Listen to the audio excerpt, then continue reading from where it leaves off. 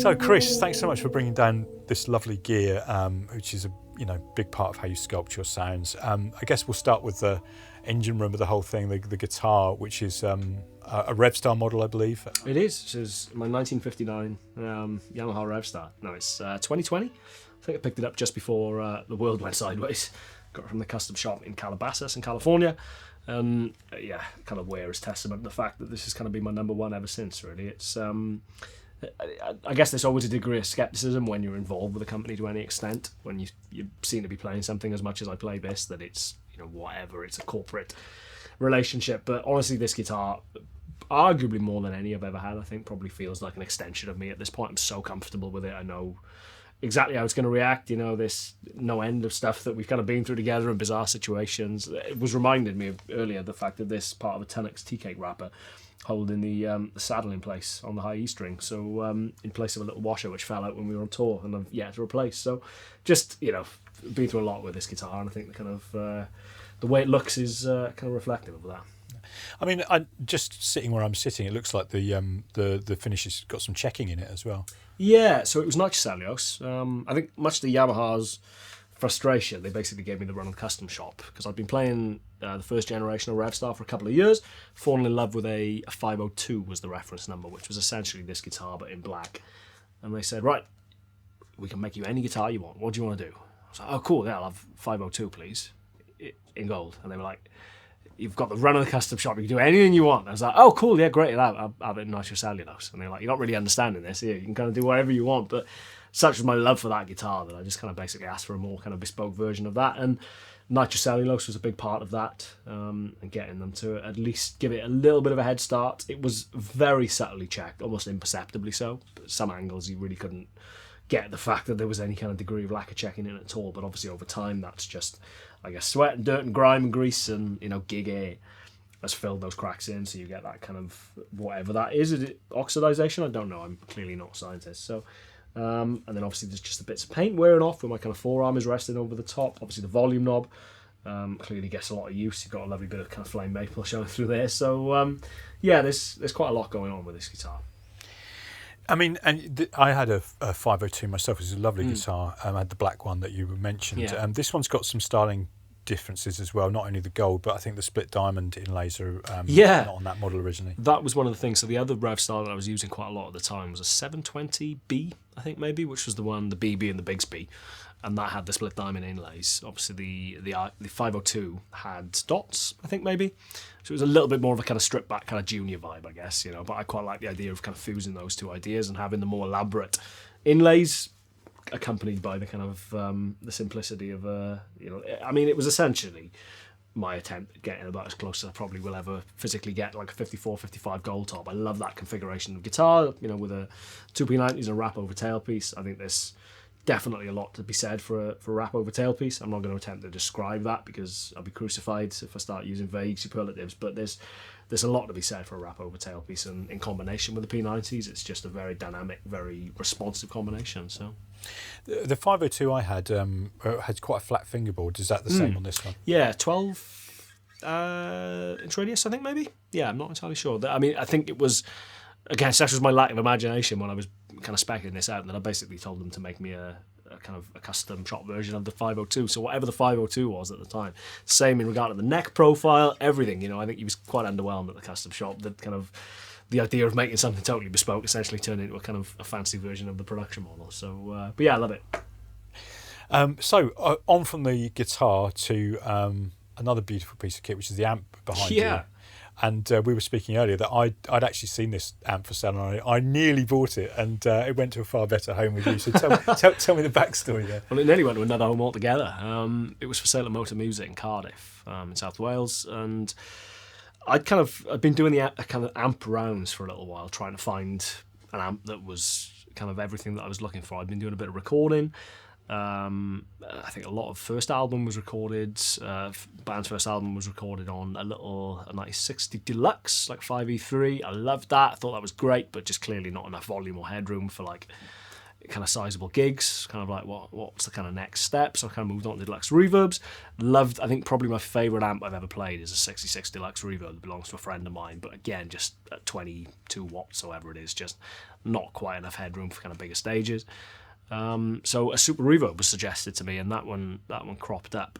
And I dilly-dallied, for want of a better phrase, and messed around and lost out on it. It'd actually been for sale for quite a while when I came across it, and I did my best attempt at haggling, failed miserably, and kind of reconciled with the idea that, well, it's been sat there for a couple of weeks, it'll probably be sat there for a couple of weeks more. I'll probably have a phone call in a couple of weeks from Motor Music saying, you still got that cash? Are you still interested? And lo and behold, about 3 days later, it's sold to a studio in Nottingham who mercifully seemingly only wanted it for kind of captures or profiles or whatever they did with the amp. And it came back to Motor Music. So I went back down, tried it, plugged into it, and it sounded amazing, but it sounded like a brown-faced deluxe or something. Just super squishy, zero headroom, kind of you get the volume up to 1 and it's breaking up beautifully, which is obviously great, but not necessarily what you want from a 410 40-watt Super Reverb. We found out eventually that they'd blown an output stage or output valve, so it was essentially running single-ended. Rectified that, and away we go, and it's kind of been my main amp ever since. Highly modified, clearly, before I got it. It's, as far as I've been able to ascertain, it started off as a 66 Super Reverb, just a black panel Super Reverb. It was discovered then in a warehouse in Decatur, Georgia. ToneQuest Report ran an article on it, outlining all of its kind of originality in some respects and its non-originalness in other respects. Someone had obviously kind of brown panelled it and had retolexed it and done a couple of things with it. But it had its original transformer and it had its original speakers. The next I found of it was at Seattle, Thunder Road Guitars in Seattle, with non-original transformer and non-original speakers. So presumably easy kind of to do, I guess, with the Super Reverb, that you would blow one of the speakers and you wouldn't necessarily notice, and then the ohm mismatch is going to take the transformer with it ultimately. So had a bit more work done. Then it seemingly found its way over to the UK and ultimately to me. So it's been on a bit of a journey, but I've had it probably 2 years now, I guess, and absolutely love it. It's such a great amp. It's just, I think there's a lot to be said for 4x10s. There's such a sense of size and power and kind of just, it has gravitas, I guess is the only way to put it. It has a real kind of presence, which is great on some of the bigger stages that we've been very lucky to play, I guess. So yeah, I'm a big fan of it, and it's just such a weird looking amp as well. Obviously they didn't make a brown panel Super Reverb, not officially anyway, so it's fairly identifiable in that respect. So I quite like the idea that you see that and you know whose amp it is. Nearly yours apparently. So yes, well it ended up in a far better place, but I would say that one of the reasons I was looking at it on Moto Music's website was I just like 10-inch speakers. Yeah, I'm a big fan of 10-inch speakers. Growing up, it was 4x12, and I wasn't really interested in anything other than the 4x12s. Consequently, I was dragging a 4x12, 2 of them usually, down to the Dog and Duck, to kind of play to 10 people, because that's absolutely what you need in a venue of that size. But kind of started gravitating more towards 10-inch speakers over the years, and I think there's a bass roll-off that you get with them. There's a mid-range focus, and they seem to do something nice to the kind of higher end as well. So yeah, big fan of 10-inch speakers, a convert totally. Yeah, I don't know if you find this as well, but I ended up thinking, I had a Dr. Z that had 2 10s in it, and I ended up thinking, and this is probably not backed by any kind of physics at all, so I'm sure someone will correct me, but that they had a little bit more immediacy, and I wondered if that was because they can just get spring into life. Yeah, probably, yeah. I guess it's a little bit less kind of surface area to be kind of recovering from whatever you've thrown a nanosecond before. Yeah, I don't know. Like you said, the moment I kind of delve into anything verging on science, I kind of have the apparition of my wife in front of me, who is an actual scientist, kind of reprimanding me for being an idiot and superstitious and yeah, kind of believing in nonsense and folklore. So yeah, I'll stay away from that discussion. Well, of course, there's absolutely no nonsense and folklore in the world. Yeah, absolutely. Yeah, we're definitely we've never known it. So let's move on to the pedal board and actually let's connect it to the amp, because one of the things that I think is true to say of Fender amps is that we often want as guitarists to replace a little bit of mid-range to make them sing a bit more. Yeah, absolutely. So what's your route into that with this amp? All of the mid-range, basically. All of the mid-range focused pedals. Precisely that, like I said, for a long time when I was a kid, I had a Marshall JCM 800, and that was the first kind of proper serious amp that I had. It was a 1986 100-watt combo with all of the mid-range in the world. Great, for standing out in a mix, for slapping people about the face in the Dog and Duck. you're not going to get better, really, especially if you're looking to use an amp for its natural gain. But kind of veering away from that then and starting to get in a kind of Fender territory and cleaner territory generally, I guess. Exactly that. It's a distinct lack of mid-range, which sounds very sweet when you're playing at home, but then you kind of tend to get a little bit lost in the mix. So a lot of my overdrive pedals are very much mid-focused to kind of give that a little bit kick out front, I guess. So there's a lot of Marshall Bluesbreaker style overdrive pedals. I've never been a huge Tube Screamer fan. Love the sound and kind of tonal characteristics of a Tube Screamer, but not so much a fan of the kind of slight clean blend that you get kind of coming through. And I used Tube Screamer for years. I was a big Strat guy, I was a big Stevie Ray guy, well into that kind of scene. And I could never quite put my finger on what it was that I didn't particularly like about a Tube Screamer. And then someone came up to me after a gig and went, yeah, it sounded great, but does the clean blend not really annoy you? I'm like, that's what it is. You've just hit on what it is that's always slightly bugged me about a Tube Screamer. So it's Marshall Bluesbreakers, kind of overdrive pedals of that kind of ilk, I guess. Electric Lightning, my signature pedal by Thorpe. Gotta give that a shout out. Huge fan of that. It's obviously Valve Overdrive. So yeah, pedals which are a little bit more kind of mid-range focused tend to kind of be where I naturally kind of gravitate towards. Yeah, I've known, Mick Taylor from That Pedal Show is a good example of this. We did, as we were saying earlier on, I did some gigs with him at the Bristol Jazz Festival, and looking at his board, you could see that there were some drive pedals that were intended to provide clarity, and some drive pedals which are intended to not provide clarity. So how do you represent that kind of spectrum? Yeah, I mean, the way that I structure my gain pedals is that no one pedal in isolation does a lot, particularly. I think probably the most drastic pedal in terms of overall change to sound is probably the King of Tone, or the Electric Lightning, actually, I guess, just in terms of how they're set and there being a noticeable kind of gain increase. So if we're clean, kick on the King of Tone.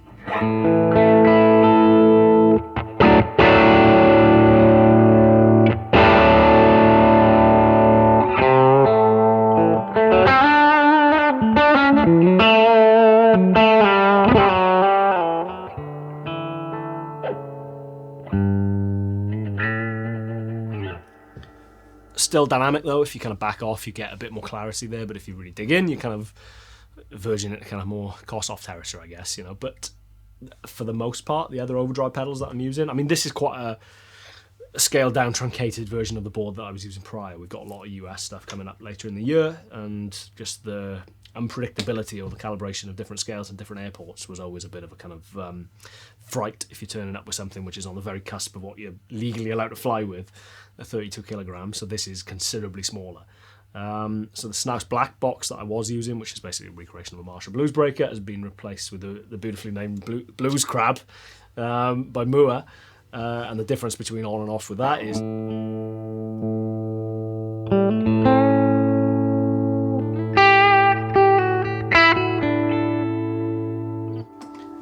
bit of gain first and foremost, but a bit of kind of top end brightness as well, I guess, which you probably haven't got otherwise, but not a whole load of gain there, Same with the Klon. It was the Mythos Mjolnir. It's now the Decibelics Golden Horse. Again, on and off with that. Super subtle. It's almost imperceptible,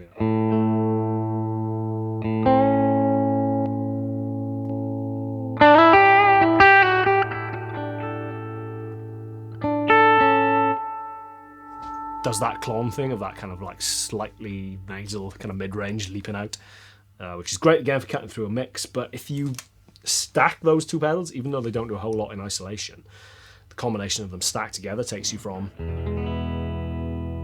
to this.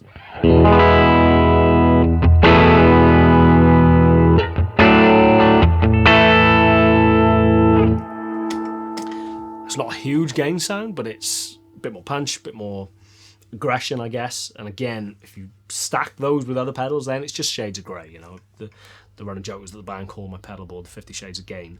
There is a lot of gain going on, but it's precisely for that reason, that if you stack them together, it gives you all of this kind of flexibility and tonal versatility, which you otherwise wouldn't have necessarily. Like the way I set the G3 as well. I mean, me using a G3 is laughable because of all of the things that it does, all of the kind of permutations of mental stuff that it does in terms of like combining pedals, presets, banks, yada yada yada.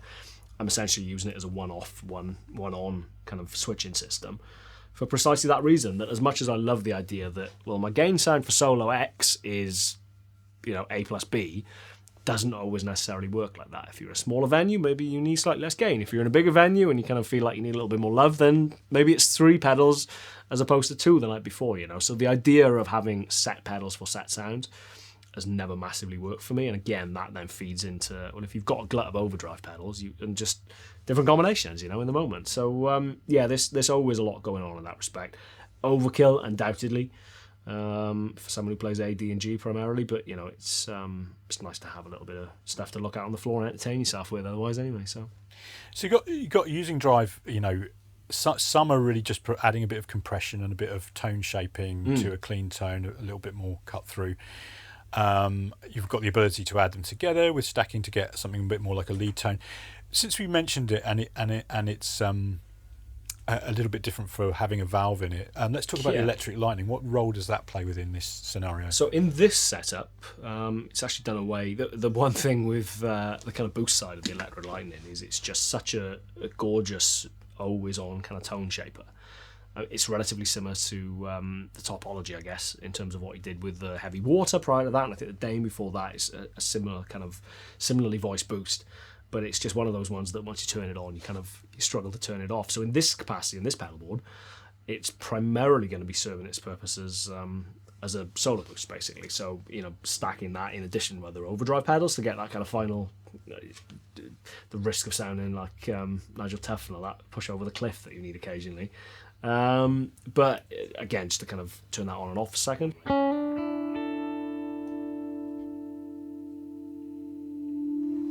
So off.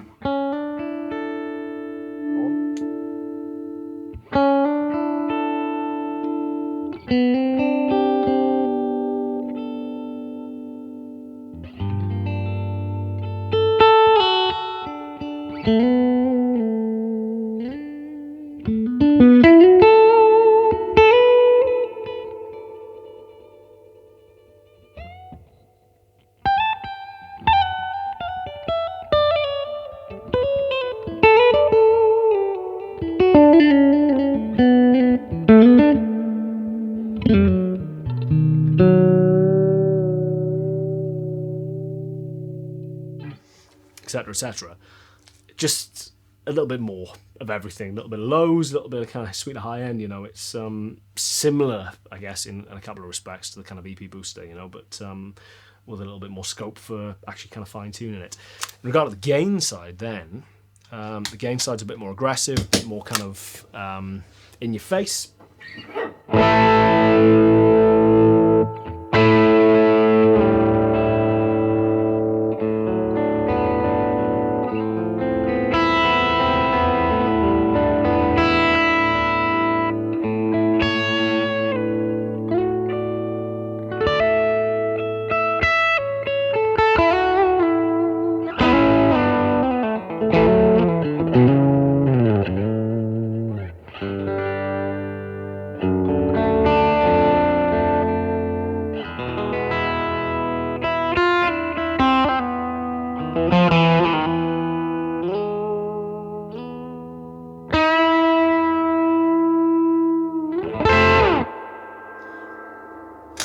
All of the reverb.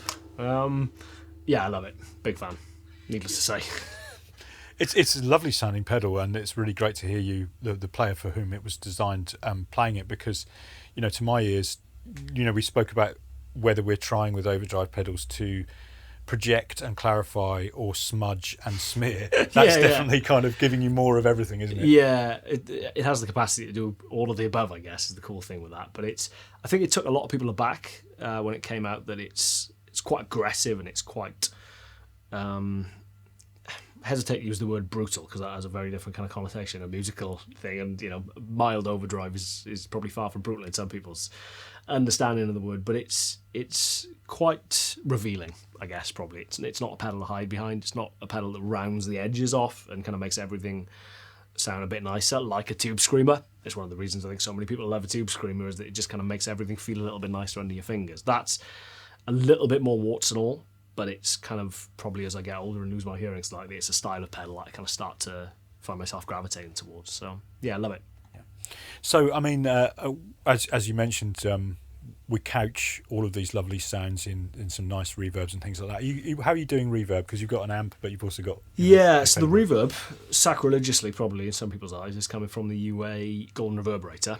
The reason being, I just love it. I think it's such a great sounding spring reverb. And there is something to be said for, like, obviously when we tour in the UK, when we tour in Europe, I've got my rig, I've got my amps. It's a Super Reverb, so it has a reverb, clearly needless to say. I've almost got to a point now where I've spent so much time with the UA Golden Reverberator that some perverse parts of me kind of actually prefers the sound of the reverb in the pedal as opposed to the real spring reverb tank in the Super Reverb, which is slightly weird. But obviously when we tour in the US, when we tour elsewhere that we haven't got our kind of usual backline, you're faced with usually a absolutely shagged Super Reverb that's been, kind of given the runaround for the past 10 years or whatever, JCM 800, whatever the kind of chosen backline is that they choose to throw at you, and having something which does a very good reverb is nice. The other thing that the UA Golden Reverberator does, which I'm a big fan of, is the more kind of cavernous, I think it's actually a plate reverb that I've got it set up for, but a big old kind of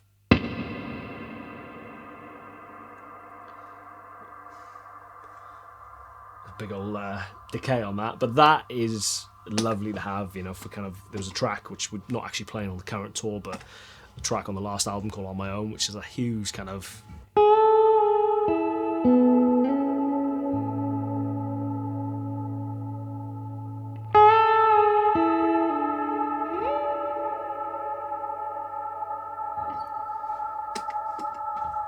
haven't played it in so long I forget which notes to play, but it's an ambient kind of thing, it's a textural thing, it's nice to kind of have in those moments. Obviously there's a load of kind of bigger reverbs if necessary as well in HX Stomp XL, but again, of the plate reverbs that I've kind of messed around with, that seems like a particularly nice one. So yeah, reverb, sacrilegiously, not coming from the Super Reverb.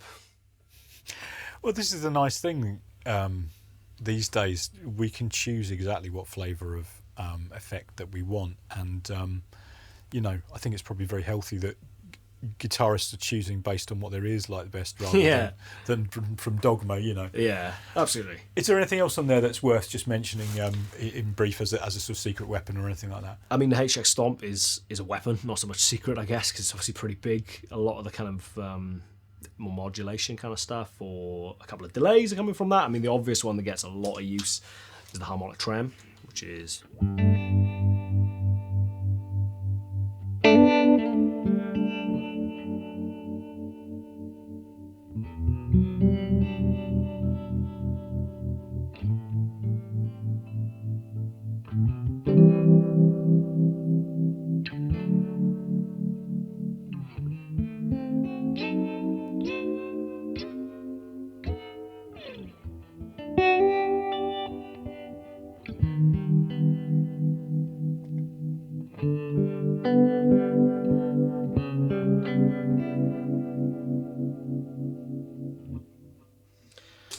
again, sacrilegiously with harmonic trem. I've been using that for quite a while, and then I bought a 1962, I think, Fender Concert. Again, a 4x10.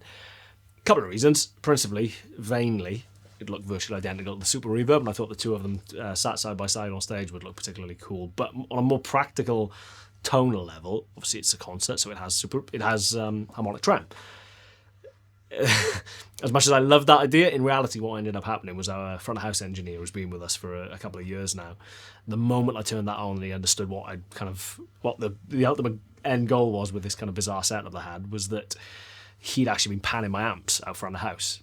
So basically, on the one side of the audience they're getting predominantly Super Reverb, on the other side of the audience they're getting predominantly concert, which is fine, but when one amp was essentially acting as the harmonic trem, in order to get that effect to the point where it was perceptible on stage, you basically have to max out the intensity on the concert, because obviously it's being counteracted somewhat by an amp that isn't tremming. So to kind of feel that on stage and feel that air moving of that beautiful harmonic tremolo, it was pretty intense coming from the concert, which in reality then meant that the people at the front where he was panning my amps to kind of make a little bit more kind of space for vocals and everything else kind of happening in the band.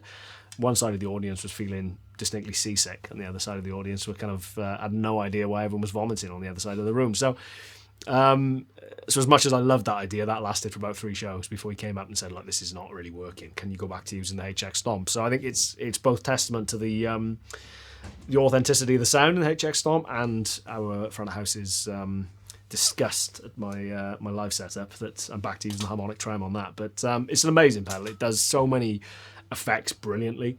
There's a couple in there. I'm not so much a huge fan of the reverbs, which is why I've got the reverb coming from the Golden Reverberator. But in regard to delays, in regard to chorus, you know, it is a weapon, you know, it's a brilliant one at that as well. So that's a big part of the setup. Loads of stuff going on underneath as well. It is properly rammed in for this tour. So we've got obviously all the gig rig power stuff. We've got the EP booster as the last pedal in the chain. Again, that's just one of those overall kind of nice little tone shapers. Final little kick up the arse before the signal gets back to the amp. We've got the small speaker overdrive from Great Eastern Effects. That's nice for a more kind of gritty, like I said, my kind of overdrive tastes have kind of been changing, I guess, in the past couple of years, and that does that slightly imploding, slightly aggressive overdrive thing particularly well. We've got the Steve Lukather Echo Sax 3, which, unsurprisingly, I've just chosen to use Steve's settings that are marked on there because it sounds particularly good. Who knew that he knew what he was doing? King Tone, we've got the Blues Crab, the aforementioned Blues Crab, and then the Decibelics Golden Horse. On top, we've got the Grusa Natural Selection. That's a new one for me as well. That's taken the place of the Mythos Airlane Drive, which is like a dual-sided kind of transistor overdrive. So it's pretty gritty, pretty aggressive. So clean tone.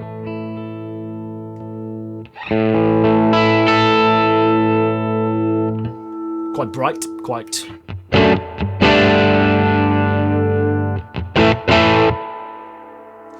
kind of reminds me of some like Silvertone amps I've played and stuff, a little bit kind of like, oh, that's almost bordering on abrasive. But if you then couple that with something which is a bit more kind of mid-focused, like a King of Tone, let's kick the King of Tone on.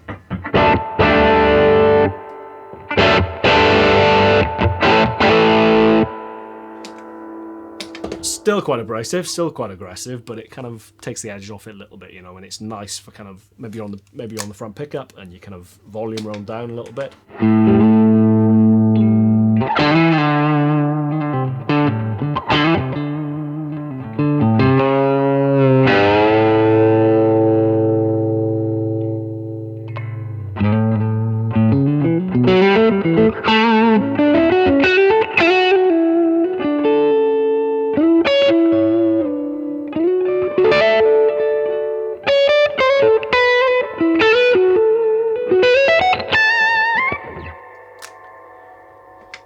Definitely brighter, definitely more aggressive, but it's probably my top end hearing going as I get older.